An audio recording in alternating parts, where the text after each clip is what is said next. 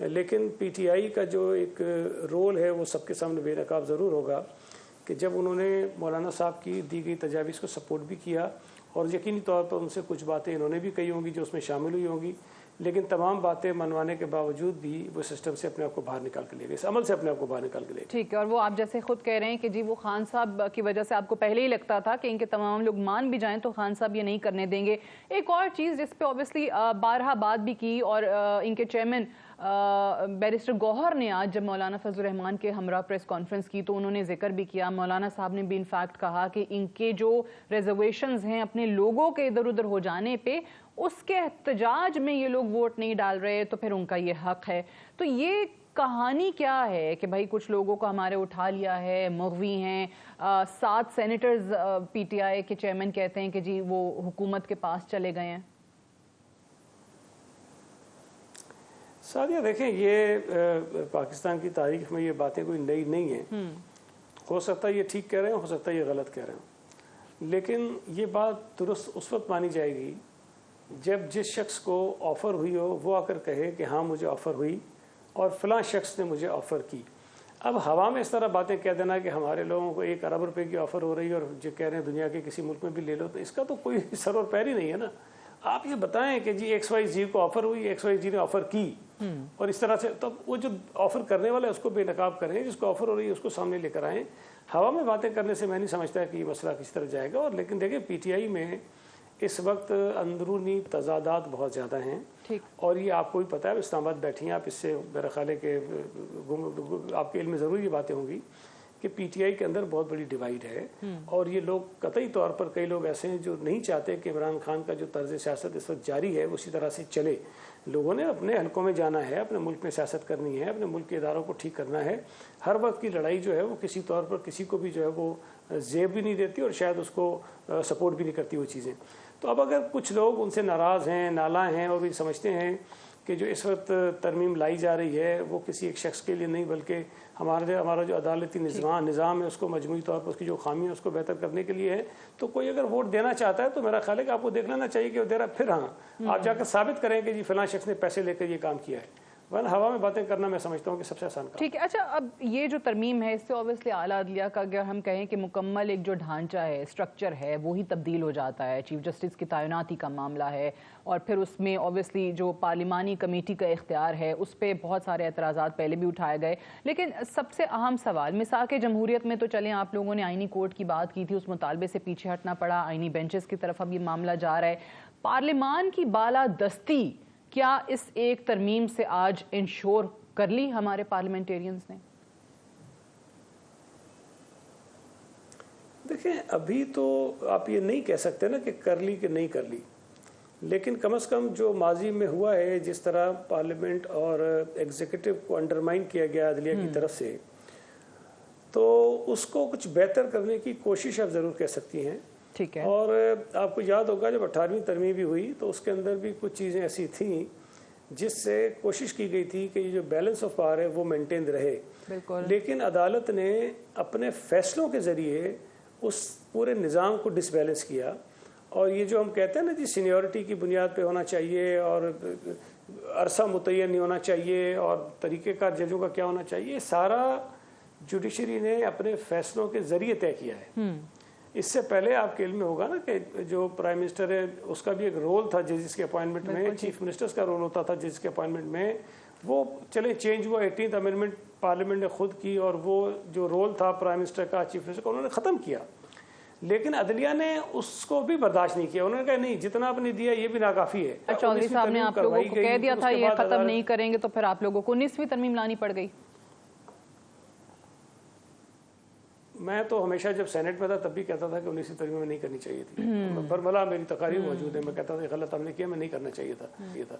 ہم بلیک میل ہوئے۔ اور اس وقت اگر افتخار چودھری یہ کہہ رہا تھا کہ اگر آپ 19ویں ترمیم نہیں کریں گے تو میں پوری 18th امینڈمنٹ کو اڑا دوں گا، تو میرا موقف یہ تھا کہ ان کو اڑانے دیتے آپ، ان کو یہ کام کرنے دیتے آپ تاکہ یہ اور بے نقاب ہوتے۔ لیکن بہرحال اب وہ وقت گزر گیا ہے، اب ہم ان چیزوں کو ٹھیک کرنے کی طرف جا رہے ہیں۔ تو میں یہ سمجھتا ہوں کہ جو اس وقت امینڈمنٹس پروپوز کی گئی ہیں اس سے ہمیں امید یہ رکھنی چاہیے، ہمیں توقع ہے کہ جو عدلیہ اور پارلیمنٹ کے جو اختیارات میں ایک توازن کا بگاڑ آیا تھا وہ شاید بہتر ہو جائے گا، اور میں امید کرتا ہوں کہ ہمارے جو ججز اس طرح سپریم کورٹ میں ہیں ان میں اکثریت ججز کی بہت اچھی ہے, بہت قابل ججز ہیں, اور وہ جو ایک نیت ہے پارلیمنٹ کی کہ عدلیہ اپنے ڈومین میں رہ کے کام کرے, ایگزیکٹو اور پارلیمنٹ کو اپنے ڈومین میں رہ کے کام کرنے کی اجازت ملنی چاہیے, یہ اس کا خیال کریں گے. ٹھیک. اچھا, ایک تو اوبیسلی یہ چیز ہے نا کہ پارلیمان اور عدلیہ میں ایک توازن ہو, ان کے اختیارات میں اپنی اپنی ڈومین میں یہ ادارے کام کر رہے ہیں. ایک اور چیز جو اوبیسلی آپ نے بھی ذکر کیا, ابھی ہم 19ویں ترمیم کی بھی بات کر رہے تھے, ایک وزیر اعظم کو اس وقت گھر بھی بھیجا گیا, وہ جوڈیشل ایکٹیویزم ہے, وہ بہت زیادہ رہا. ہر چیز پہ ہم اس وقت دیکھ رہے تھے کہ سو موٹو نوٹسز ہو رہے ہیں. اب اس ترمیم کے بعد یہ جو سیاسی کیسز ہیں, اور ہم ہر سیاسی لیڈر کا کیس جو ہے وہ ہر دوسرے روز کوئی نہ کوئی ہیئرنگ ہو رہی ہو اور عوام کے کیسز کو پس پش ڈال دیا جائے, اوورآل عدلیہ کی کارکردگی میں آپ کیا سمجھتے ہیں کہ کس طریقے سے بہتری آئے گی؟ دیکھیں, یہ بنیادی چیز ہے اور میں سمجھتا ہوں کہ اس میں بہتری آئے گی, اس لیے کہ اس وقت عدالتوں میں جو 85% کیسز ہیں وہ عام لوگوں کے ہیں, اور جو وقت ان کو مل رہا ہے وہ 15% ہے. مطلب 15% کیسز جو کانسٹیٹیوشنل نوعیت کے ہیں اس کے اوپر 85% وقت صرف ہو رہا ہے, اور جو 85% کیسز ہیں ان کے اوپر 15% وقت, الٹا کام ہو رہا ہے نا. بھائی ہونا تو یہ چاہیے جو 15% کیسز ہیں ان کے اوپر 15% وقت لگے, 85% پہ 85% لگے. لیکن چونکہ جو کانسٹیٹیوشنل میٹرز ہیں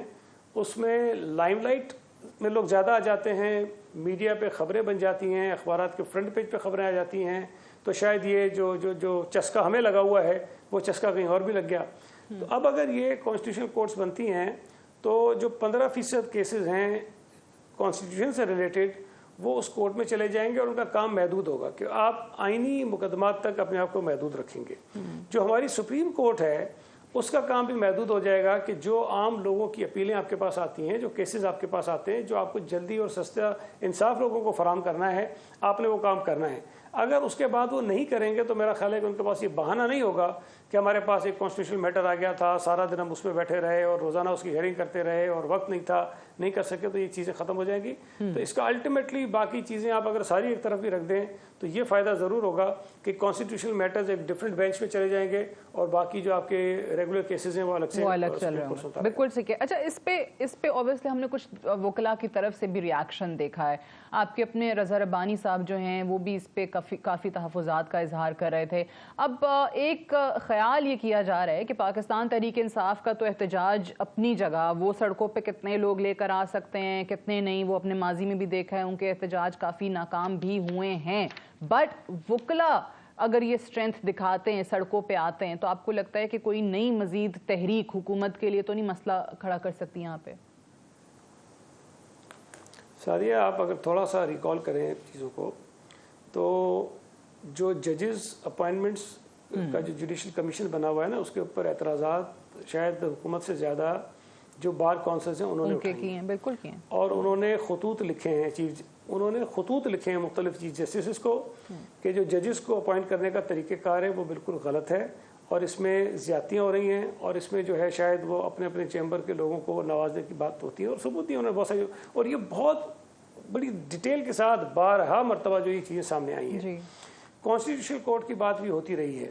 جو عام لوگوں کے کیسز کی سنوائی نہیں ہوتی, جو وکلاء پتہ نہیں پورے ملک میں مختلف شہروں سے سفر کر کے سپریم کورٹ جاتے ہیں اور پھر اس کے بعد ان کے کیسز نہیں لگتے ہیں, لاکھوں روپے وہ بیچارہ سائل جو وہ خرچ کرتا ہے, اس پر بھی وکلاء کی جو تنظیمیں ہیں وہ بار بار لکھتی رہی ہیں, بات کرتی رہی ہیں. جو چیف جسٹس کا ایک ون مین شو بن گیا تھا اوور دا پیریڈ, جو ہے انہوں نے اپنے اختیارات اپنے اندر مجتمع کر لیے تھے, اس پر بھی جو ہے وہ مختلف وکلاء تنظیمیں بات کرتی رہی ہیں, احتجاج کرتی رہی ہیں, آواز اٹھاتی رہی ہیں. اب اگر کوئی ایسی چیز ہے جس پر ماضی میں کسی وکلاء تنظیم نے اعتراض نہیں کیا ہو, کوئی بہت ہی کنٹروورشل چیز ہے, اس پر تو میں سمجھتا ہوں کہ جائز بات ہے, اعتراض آنا بھی چاہیے اور احتجاج بھی ہونا چاہیے. لیکن اگر اس ترمیم کے ذریعے وہ تمام چیزیں ایڈریس کی گئی ہیں, ان کو ایڈریس کرنے کی کوشش کی گئی ہے جن کا مطالبہ سیاسی جماعتیں بھی کرتی رہیں, پارلیمنٹیرینز بھی کرتے رہے, اور وکلاء تنظیمیں بھی کرتی رہی, تو میں سمجھتا ہوں کہ پھر اگر اس کو کوئی شخص صرف اختلاف برائے اختلاف کی وجہ سے احتجاج کرنا چاہے تو غلط بات ہے. ادروائز میں نہیں سمجھتا اس پہ خاص طور سے I think bone of contention یہ نقطہ بنا ہوا ہے کہ جناب چیف جسٹس صاحب کی جو تعیناتی ہے وہ حکومت کے پاس یا پارلیمانی کمیٹی کو اختیار مل جائے گا, اور 3 سینئر موسٹ ججز جو ہیں وہ اس میں ہوں گے اور ان کو ڈیسائیڈ کرنا ہوگا. سو اس میں تو اب اوبیسلی خبریں بھی ہیں, اور یہ اسلام آباد میں تو ہر جگہ پہ کہ جناب جسٹس یحییٰ آفریدی کا انتخاب کیا جائے گا, اور ان سے پہلے جسٹس منیب اختر یا ان سے پہلے جسٹس منصور علی شاہ کا نام جو ہے وہ حکومت کنسیڈر نہیں کرے گی یا پارلیمانی کمیٹی کنسیڈر نہیں کرے گی. سو اس قسم کی خبروں پہ شاید زیادہ اعتراض ہے کہ چیف جسٹس کی تعیناتی کیسے ہوگی. یہ جو سینیورٹی والی بات تھی نا کہ چیف جسٹس وہ ہوگا جو سینئر ہوگا, یہ بھی سپریم کورٹ نے اپنے فیصلوں کے ذریعے کیا تھا. یہ بھی کسی پارلیمنٹ نے فیصلہ نہیں کیا تھا, یہ انہوں نے کر لیا, پھر اس کے بعد چلے 18th امینڈمنٹ آ گئی اور اس میں یہ چیز ہو گئی. مگر سپریم کورٹ کے چیف جسٹس کو چھوڑ کر مجھے بتائیے کہ اس ملک کا وہ کون سا عہدہ ہے جس کے اوپر یہ طریقہ کار جو ہے وہ آپ لاگو کرتے ہیں کہ جو سینئر ہوگا وہ, مجھے کوئی ایک بتا دیجیے.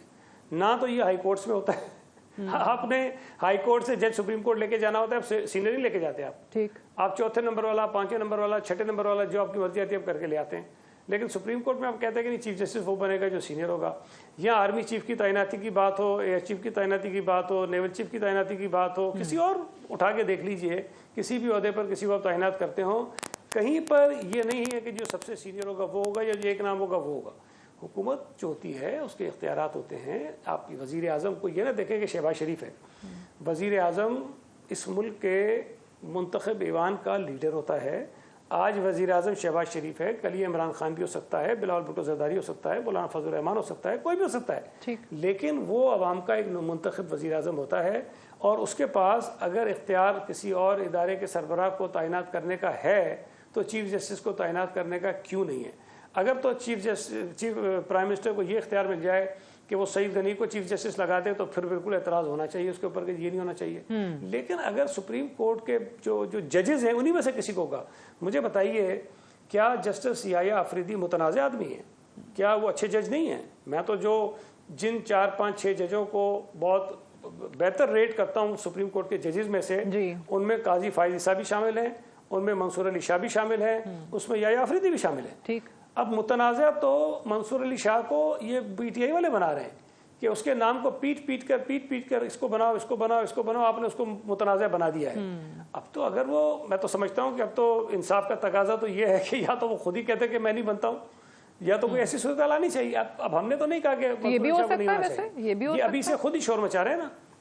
یہ تو انتخاب کے بعد بھی ہو سکتا ہے کہ اگلے نئے چیف جسٹس کا انتخاب یحییٰ آفریدی کی صورت میں کر لیا جاتا ہے, تو ان سے اوپر کے ججز جو ہیں وہ خود بھی کہہ سکتے ہیں کہ خدا حافظ. نہیں دیکھیں, یہ تو فیصلہ جب ہوگا تب ہوگا نا. میں آپ کی بات سے بات نکال رہا ہوں نا. آپ جب کہہ رہی ہیں کہ یہ کہہ رہے ہیں اس پہ اختلاف ہے کہ یحییٰ آفریدی کیوں یہ 3 نمبر پہ ہیں, کہ بھائی ابھی تو فیصلہ ہوا نہیں ہے. آپ ابھی سے طے کر کے جب یہ بات کہہ رہے ہیں کہ جی منصور علی شاہ کو ہونا چاہیے, اس کا مطلب ہے کہ آپ نے ایک ذہن بنا لیا کہ جی منصور علی شاہ کو ہونا چاہیے. تو آپ کہہ رہے ہیں کہ انہوں نے خود ہی متنازع بنا دیا جسٹس منصور علی شاہ کے نام کو پاکستان تحریک انصاف نے. بٹ آپ کو لگتا ہے کہ اس سب سے میں تو آپ کو بات بتاؤں, آنیسٹلی اسپیکنگ میں منصور علی شاہ سے کبھی نہیں ملا. میں نے ان کی 2-4 تقاریر سنی ہیں, وہ بہت ہی زبردست جج ہیں. اتنا کلیئر ہیڈڈ آدمی میں نے شاید اپنی جوڈیشری میں بہت کم دیکھے ہوں گے, لیکن اس بہترین آدمی کو بھی اتنا متنازع بنا دیا ہے کہ اب اس کے اوپر انگلیاں اٹھ رہی ہیں. ٹھیک, چلیں, گاٹ یور پوائنٹ. بہت بہت شکریہ صاحب ہمیں پروگرام میں جوائن کرنے کے لیے. We'll take a short break here, stay tuned. Welcome back to Suno tonight with Sadia Afzal. Pakistan Tehreek Insaf کی سیاست ایک مرتبہ پھر تنزلی کا شکار دکھائی دے رہی ہے. 26ویں آئینی ترمیم کو لے کر پی ٹی آئی مکمل طور پر مشاورت کا حصہ رہی. ایک طرف مولانا فضل الرحمان سے ملاقاتوں کا سلسلہ جاری رکھا, دوسری طرف پارلیمان کی خصوصی کمیٹی کے درجن سے زائد اجلاسوں میں شرکت کی, جس سے توقع کی جا رہی تھی کہ پارٹی آئین سازی کا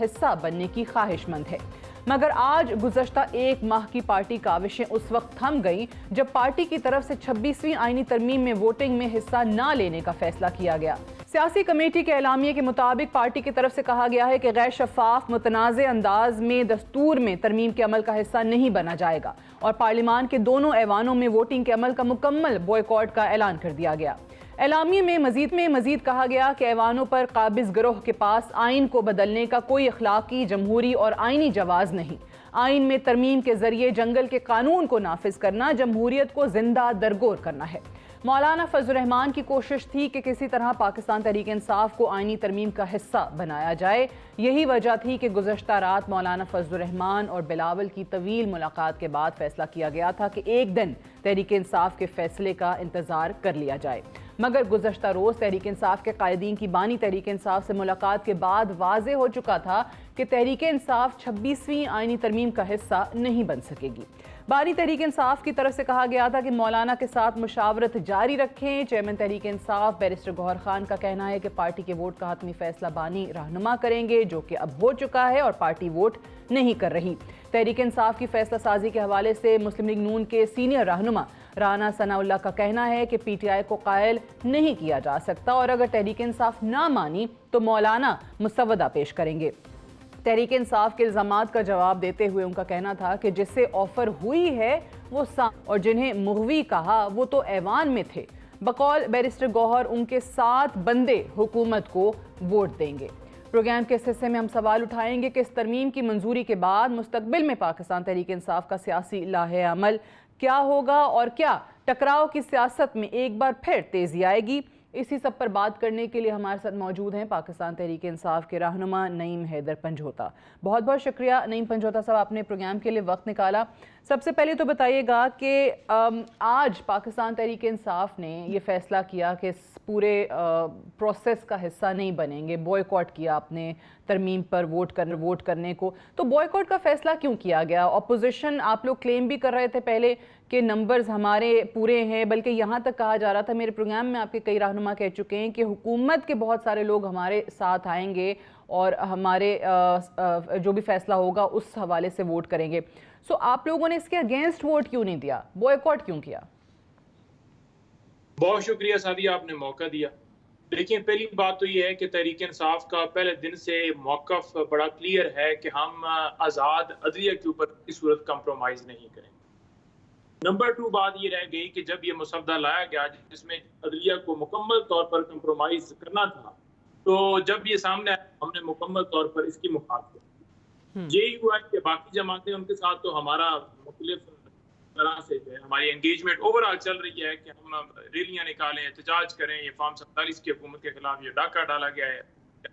ملک کے اندر رول آف لا ہونا چاہیے. تو جے یو آئی کیونکہ انہوں نے جو ہے اس کے اوپر ہم سے رائے مانگی کہ اگر ہم مسودہ دیں، کیونکہ یہ تو بہت تباہی ہے، تو آپ کی کیا رائے؟ ہم نے کہا کہ اگر آپ کے مسودے کی حد تک بات کی جائے، کیونکہ جے یو آئی جو ہے وہ بڑا واضح کہہ رہی تھی کہ یہ کسی صورت بھی جو بھی ان کو کرنا پڑا، کیونکہ تھریٹس ہر ایک جماعت کو جا رہے تھے کہ انہوں نے کرنا ہی کرنا ہے، لہٰذا آپ ان پٹ دیجیے تاکہ بڑی تباہی سے بچیں. ہم نے اپنی ان پٹ اس حد تک دی کہ بڑی تباہی سے بچا جا سکتے، ہو سکتا ہے کسی مسئلے کا حل نکل. لیکن جب ہم دیکھا کہ یہ اس وقت بھی جو مسودہ پاس کیا جا رہا ہے اس کے اندر عدلیہ کو مکمل طور پر کمپرومائز کیا جا رہا ہے، تو ہم نے بالکل کہا کہ ہم ووٹ نہیں دیں گے، کسی صورت نہیں دیں گے. اور جہاں تک عدلیہ کی بات ہے کمپرومائز ہونے کی، تو جب ایک حکومت جو ہے وہ کسی جج کو تعینات کرے گی یا کوئی وہاں پر بینچ بنائے گی سپریم کورٹ کے اندر، تو ڈیفینیٹلی وہ عدلیہ کی آزادی تو نہ رہے گی. ٹھیک ہے، اس میں شامل شکوں کی طرف بھی آتے ہیں، لیکن نعیم پنجھوتا صاحب اب جس طرح حکومت کہہ رہی ہے، اب پاکستان پیپلز پارٹی کا بڑا واضح موقف تھا کہ آئینی کورٹ ہونا چاہیے، وہ اس موقف سے دستبردار ہو گئے، مولانا صاحب نہیں مان رہے تھے تو ان کو ظاہر ہے پیچھے ہٹنا پڑا. سو اگر اسی طریقے سے بات بڑھتی رہتی، پارلیمانی کمیٹی کے اندر آپ کے لوگ بھی موجود تھے جو اس معاملے کو ڈسکس کر رہے تھے، سو مولانا کافی حد تک شاید قائل کر پاتے پاکستان تحریک انصاف کو، بٹ حکومت یہ کہتی ہے کہ کیونکہ آپ لوگ چاہتے ہی نہیں تھے اس پہ بات کرنا، تجاویز دینا خاص طور سے، اس لیے بات پاکستان تحریک انصاف کی طرف سے آگے نہیں بڑھی. نہیں، دیکھیں، جہاں تک مولانا صاحب کے ساتھ بات تھی تو ہم نے تو مکمل طور پر جتنا ہو سکا کہ اس ملک کو تباہی سے بچایا جائے تجاویز دیں. اور ابھی بھی اگر مولانا صاحب کا آج بھی موقف دیں گے تو ابھی بھی وہ بھی کہہ رہے ہیں کہ ابھی بھی میری سجیشنز ہوں گی کچھ کہ وہ اس کے اندر ایڈ کی جائیں. جہاں تک بات ہے اغوا کاری کی یا ان کے بندوں کو ہراساں کرنے کی، تو وہ مولانا صاحب کا بلاول صاحب کے کھڑے ہو کر کہہ رہے ہیں کہ ہم بالکل اتفاق کی حد تک پہنچ چکے ہیں، لیکن وہ جو سلسلہ بند نہیں ہوا. تو یہ جو ایک چوری والے طریقے سے لائی گئی، لوگوں کو جبر پر یا خرید کر پیسے یا جو بھی طریقہ کار کیا گیا، اس کے اندر واضح نظر آتا ہے کہ آپ نے چوری کی ہے یا آپ غلط چیز کرنے جا رہے ہیں جس کے لیے سارا آپ کو یہ کرنا پڑا. اب جہاں عدلیہ کی بات ہے، دیکھیں اگر حکومت موجودہ کوئی بھی ہو، فارم 47 کی ہو یا کوئی اوریجنل ہو، اگر وہ کوئی جج لگائے گی یا وہ کوئی بینچ بنائے گی یا مرضی کے ججز کو اس کے اندر رکھے گی تو ڈیفینیٹلی وہ جائے گا کہ وہ ان کی مرضی سے ہوگا، تو وہ بالکل انصاف نہیں فراہم کرے، کیونکہ حکومت ڈیفینیٹلی وہ پولیٹیکل وکٹمائزیشن اس جماعت کے خلاف کرے گی جو اس کے مخالف ہے۔ دوسرا، ایک سپریم کورٹ کے اندر ایک طریقہ کار 1999 سے یہ ایک طے ہو چکا ہے کہ موسٹ سینئر جج جو ہے وہ چیف جسٹس ہوگا، اور اس میں جو ترمیم کے ذریعے یہ چاہتے ہیں کہ اپنی مرضی کا وہاں پر چیف جسٹس لگایا جائے، جو کہ واضح نظر آتا ہے کہ آپ مداخلت کریں، جو کہ بلاول کے والد نانا بھی یہ کہہ چکے ہیں کہ ہم کی صورت عدلیہ کے اوپر کمپرومائز نہیں کریں گے، یہ ایک الگ ستون ہے، لیکن آج وہ کہتے ہیں جی کوئی الگ ستون نہیں ہے، یہاں پر پارلیمنٹ کا رول ہونا چاہیے۔ اور ٹھیک ہے، لیکن بالکل صحیح کہہ رہے ہیں آپ چلیں، اوبیسلی آپ کا ایک عدلیہ کے حوالے سے، ججز کے حوالے سے ایک موقف ہے اور آپ کی رائے کا باقی جماعتوں کو بھی احترام ہوگا، لیکن مسئلہ یہ ہے سارا کہ آئین میں ترمیم میجورٹی کی بات ہے، جس کے پاس 2/3 اکثریت ہوگی وہ آئین میں ترمیم لے آئے گا۔ So at the end of the day it's all about number game. اب دونوں طرف سے کہا جا رہا تھا کہ جی ہمارے پاس نمبر پورے ہیں، رؤف حسن صاحب مجھے یاد ہے میرے پروگرام میں کہہ کر گئے تھے کہ جی ہمارے پاس تو حکومت کے کافی لوگ ہیں جو اس ترمیم کے خلاف ووٹ کریں گے۔ سو اگین پارلیمان کی حد تک تو پاکستان تحریک انصاف کو شکست ہوئی کہ آپ لوگوں کو بوائیکاٹ کی طرف جانا پڑا، آپ لوگوں کے نمبر ہی پورے نہیں ہو رہے تھے۔ اور دوسرا وہ جو 2 سینیٹرز کے حوالے سے بیرسٹر گوہر کہتے ہیں کہ جناب ہمارے ڈاکٹر زرکا اور سینیٹر فیصل سلیم جو ہیں وہ حکومت کو ووٹ کریں گے۔ سو ووٹ کریں گے یا شیخ وقاص اکرم کہتے ہیں کہ جو حکومتی تحویل میں ہیں، تو یہ کیا معاملہ ہے کہ اپنی مرضی سے کر رہے ہیں، زور زبردستی کرایا جا رہا ہے؟ 7 سینیٹرز کا ہم سن رہے ہیں اسی طریقے سے۔ اس وقت جو ہے وہ نہیں یہ کہا جا سکتا کہ عوام کی جو ہے وہ شکست ہوئی ہے۔ جہاں تک بات کی جائے، عوام نے تو جیت دی ہے، 8 فروری کو بھی جیت دی ہے، جو کہ 17 سیٹوں والوں کو پھر جتوایا گیا۔ نہیں، میں پی ٹی آئی کی بات کر رہی ہوں، آپ کے نمبر پورے نہیں ہوئے نا۔ پاکستان تحریک انصاف کی اس وقت ہار نہیں ہے، یہ اس وقت جو سسٹم ہے، جو جابر ہے، جو ظلم کے اوپر، جبر کے اوپر، دھونس کے اوپر، دھاندلی کر کے، ڈاکہ ڈال کے، فارم 47 والا کر کے، یا بعد میں رشوت یا جو بھی طریقہ کار کیا گیا، اس طریقے سے اگر نمبر پورے کرنے تو یہ کون سی ہار ہے ہماری تو جیت ہے۔ عوام نے رائے دے دی، عوام ہم بھی کھڑی ہے۔ آپ ایک کاغذ یا ایک آئین کو مانتی نہیں، یا آپ سپریم کورٹ کی اگر فیصلہ آتا ہے آپ مانتی نہیں، تو پھر آپ یہ تو کہہ سکتے کہ یہ سپریم کورٹ کی ہار ہے، بلکہ اس ہار ہے جو انشاءاللہ تعالیٰ کسی نہ کسی دن اس کی شکست ہوگی اور وہ منہ کی کھائے گی۔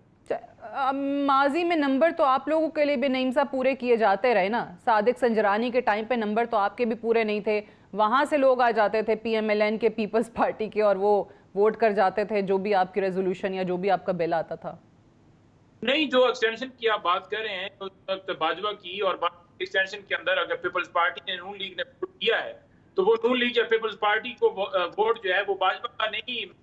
کر کے دیا ہے، تو اس سلسلے کو تو بند ہونا چاہیے۔ اگر یہ کہا جائے کہ پاکستان تحریک انصاف کے دور میں کسی آرمی چیف کی ایکسٹینشن ہوئی ہے، بٹ ابھی دیکھیں، ابھی بالکل ٹھیک ہے، لیکن ابھی دیکھیں میرے پاس سینٹ کے بھی اور نیشنل اسمبلی کے بھی نمبرز موجود ہیں، اگر ہم نکال دیں پاکستان تحریک انصاف کو، ہم باقی اپوزیشن جماعتوں کو نکال دیں، تو پھر بھی بہت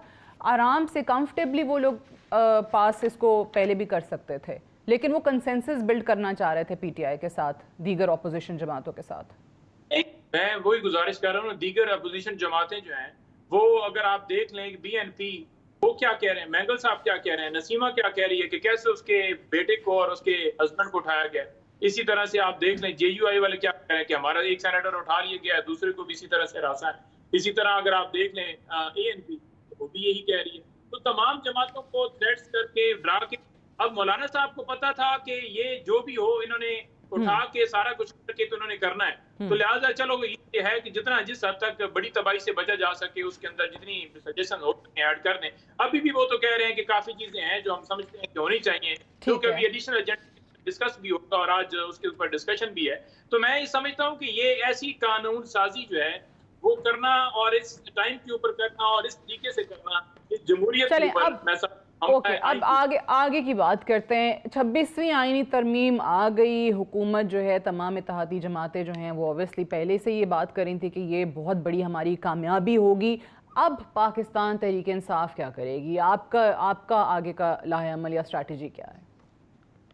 دیکھیں، یہ مسئلہ جو ہے صرف تحریک انصاف کا نہیں ہے، یہ مسئلہ اس پورے پاکستان کی عوام کا ہے، یہ ہر وکیل کا ہے، یہ ہر شہری کا ہے، اور اس مسئلے کے حل کے لیے لوگ جو ہیں تحریک انصاف ہو یا وکلاء کمیونٹی ہو وہ آواز بلند کریں گے, آواز اٹھائیں گے. سڑکوں پر بھی ہے اور قانونی طریقہ کار بھی ہے کہ آپ اس آئینی ترمیم کو چیلنج کریں, تو وہ دونوں چیزیں جو ہیں وہ بالکل ہوں گی. جہاں تک بات ہے کہ کیا یہ اس پروسیس جو انہوں نے سارا کیا ہے اس میں ان کو کامیابی ملے گی یا یہ امینڈمنٹس رہیں گی, نہیں رہیں گی. انشاءاللہ ان کو ختم ہونا ہوگا. بٹ آپ احتجاج کی بات کرتے ہیں تو سڑکوں پہ تو آپ کی اپنی لیڈرشپ نہیں نظر آتی ہے. آپ کی اپنی لیڈرشپ کے آپس میں اتنے جھگڑے چل رہے ہیں, ایک دوسرے پر وہ بیان بازی اور لفظی گولہ باری چل رہی ہے کہ ایک جو ہے وہ دوسرے کو کہتا ہے کہ یہ کسی اور کا ایجنٹ ہے, دوسرا جو ہے وہ تیسرے پہ الزام لگاتا ہے. دیکھیں بات یہ نہیں ہے, ہم سارے سڑکوں پر بھی رہے. آپ نے دیکھا کہ اس وقت 25% ہماری لیڈرشپ اس وقت جیلوں میں ہے, اور جیلوں میں اسی وجہ سے ہے کہ وہ سڑکوں پر آئے. اب بھی جو سڑک کے اوپر آتا ہے اسے اٹھا لیا جاتا ہے اور پھر کر دیا جاتا ہے. میرے بھائی ابھی تک ہے. اسی طرح سے علیمہ خان ان کی خان صاحب کی بہنیں سڑک پر خالی آئیں, ان کی بہنوں کو اٹھا لیا, تو وہ تو اٹھا کر اپنی مرضی سے پھر ڈال دو,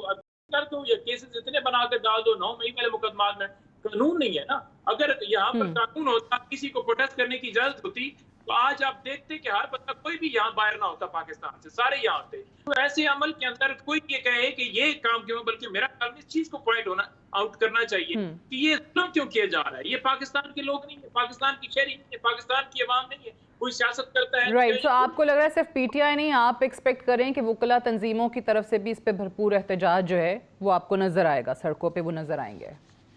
بالکل دونوں. Right, thank you very much. بہت نعیم حیدر پنجھوتا صاحب پروگرام میں جوائن کرنے کے لیے. ایک بریک لے لیں, اسٹے ٹیون. جمعرات 17 اکتوبر کو اسرائیل نے غزہ میں حماس کے خلاف اس وقت ایک بڑی کامیابی حاصل کی جب فلسطینی لیڈر اور حماس کے سربراہ یحییٰ سنوار نے اسرائیلی فوج کے مقابلے میں شہادت حاصل کی. یحییٰ سنوار اسرائیل کی ہٹ لسٹ میں سب سے نمایاں ٹارگٹ تھے, جس تک پہنچنے کے لیے ایک سال کے دوران 42,000 سے زائد فلسطینیوں کو اپنی جانوں کا نذرانہ پیش کرنا پڑا. حماس کے سربراہ کی شہادت سے فلسطین میں جاری نسل کشی کا خاتمہ ممکن دکھائی نہیں دے رہا ہے. جیسا کہ اسرائیلی وزیر اعظم نیتن یاہو اپنے پیغام میں کہہ چکے ہیں کہ آج ہم اپنا سکور سیٹل کر گئے, لیکن ابھی تک ہمارے اہداف مکمل نہیں ہوئے. اسرائیل کا قتل عام کا پروجیکٹ اس وقت تک چلتا رہے گا جب تک فلسطین اور فلسطین کے حمایتیوں کی طرف سے مزاحمت کا سلسلہ جاری رہے گا. یحییٰ سنوار کی شہادت کے بعد اسرائیل کے لیے دنیا کے مغربی ممالک میں اپنی درندگی کی صفائی پیش کرنا پہلے کی نسبت زیادہ مشکل ہو جائے گا, مگر صہیونی ریاست کو امریکہ کی طرف سے کسی قسم کی شکایت کا سامنا نہیں کرنا پڑے گا. در حقیقت ایک طویل عرصے سے امریکہ اسرائیل کو نسل کشی جاری رکھنے اور سنوار کی تلاش کرنے میں مدد فراہم کر رہا تھا.